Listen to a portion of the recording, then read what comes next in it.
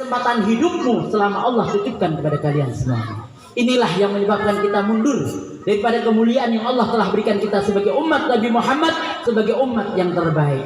Jauhnya kita dari norma-norma Rasulullah, jauhnya kita dari adabnya Rasulullah, jauhnya kita dari syariatnya Rasulullah Sallallahu Alaihi Wasallam. Maka oleh karenanya dengan maulid ini kita tambahkan nilai keimanan untuk membentuk pribadi yang lebih baik.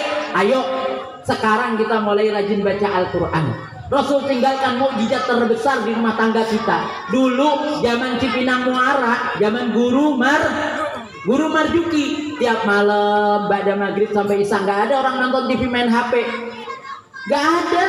Kita lihat baca Quran, baca ratib, baca maulid, baca hijab wiridan. Orang-orang tua kita banyak nungguin maghrib sampai isya. Dia hidupkan isya'in, antara isya dan maghrib dengan apa? Baca Quran, baca maulid, baca ratib, baca akidatul.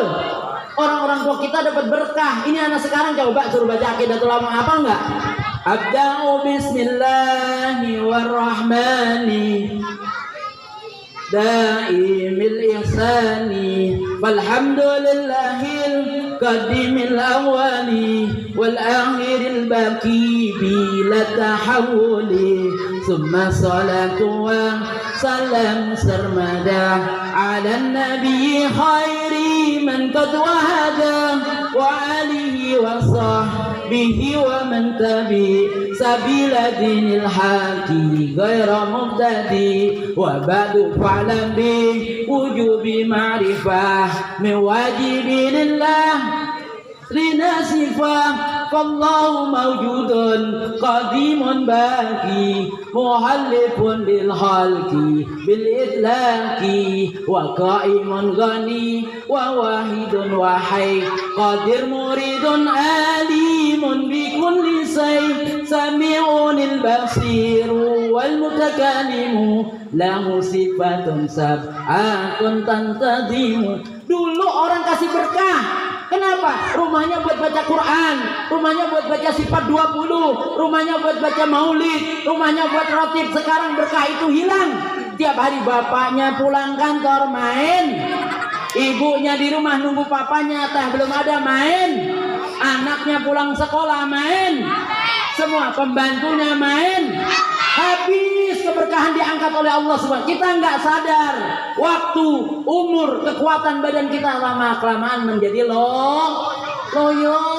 Main HP mulu, kacamata tebel banget. Betul apa betul? Di akhir zaman kalau kita nggak dudukan anak-anak kita di majelis ilmu, kita nggak bentengi dengan zikrullah, banyak mengingat Allah dalam keadaan sendiri atau bersama-sama, dalam keadaan sedih ataupun gembira, kita nggak banyak mengingat Allah, maka nggak ada benteng dalam diri kita. Kita nggak banyak baca Al-Quran, itu warisan termulia Rasulullah, mukjizat terbesar Nabi yang sudah hafal Quran tiap saat, tiap waktu baca Quran. Nah kita jarang-jarang baca Bedanya kita sama Nabi sedikit. Kalau Nabi sedikit tidurnya, kita dikit-dikit. Kalau Nabi makannya sedikit, kalau kita dikit-dikit. Kalau Nabi apalagi baca Qurannya sedikit-dikit baca Quran. Kalau kita baca Quran sedikit. Bedanya kita sama Nabi sedikit. Sedih kita. Keadaan zaman begini. Anak-anak kita ya Allah, ini kalau mau liburan sekolah bu, malam kayak nggak apa main, kayak nggak ada tujuannya. Padahal Allah ciptakan wa ma khalaqtul jinna wal insa illa liya'budun. Allah ciptakan kita semuanya ada tujuan, ada maksud, ada kebahagiaan yang hakiki. Setelah kita ibadah kepada Allah, ada nikmat, yaitu surganya Allah Subhanahu wa taala. Lihat Iblis gak mau sujud, bukan sujud ibadah kepada Nabi Adam, menghormati Nabi Adam lebih mulia dari iblis. Gara-gara gak mau sujud kepada Nabi Adam, diusir dari surga. Nah kita kagak mau sujud, masih di mana nih? Pondok Bambu. Gak mau sholat, gak mau sujud. Kira-kira kalau diusir dari Pondok Bambu mau pindah kemana? Kemana? Tambun, pindah lagi sono. Cikarang pindah lagi, mau pindah kemana? Iya kan?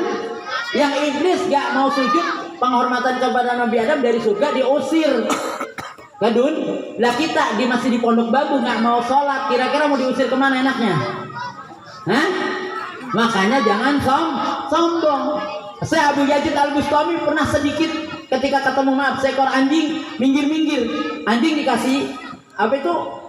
Kemampuan oleh Allah bisa ngomong, ya saya Abu Yazid Al-Bustami, kau boleh jijik dengan aku karena aku binatang yang najis. Tapi ingat, najisku bisa suci dengan 7 kali basuhan dan 1 kalinya dicampur dengan tanah. Tapi ingat, orang yang sombong hatinya, maka 7 lautan tidak akan pernah mampu membersihkan kesombongan orang tersebut. Betul apa betul? Makanya dengan maulid Nabi tambah tawadhu kita, tambah birun kita, kebaikan-kebaikan kita. Rasulullah tidak pernah tidur siang malam memikirkan nasib umatnya besok di yaumil qiyamah. Bahkan Rasulullah tumbuh uban ketika turun ayat-ayat yang berkenaan dengan hari kiamat, memikirkan nasib kita, bagaimana nasib keadaan umatnya besok pada huru hara yaumil qiyamah. Oleh karenanya pantas Syekh Imam Busiri mengatakan, ya Rabbi bil Mustafa balligh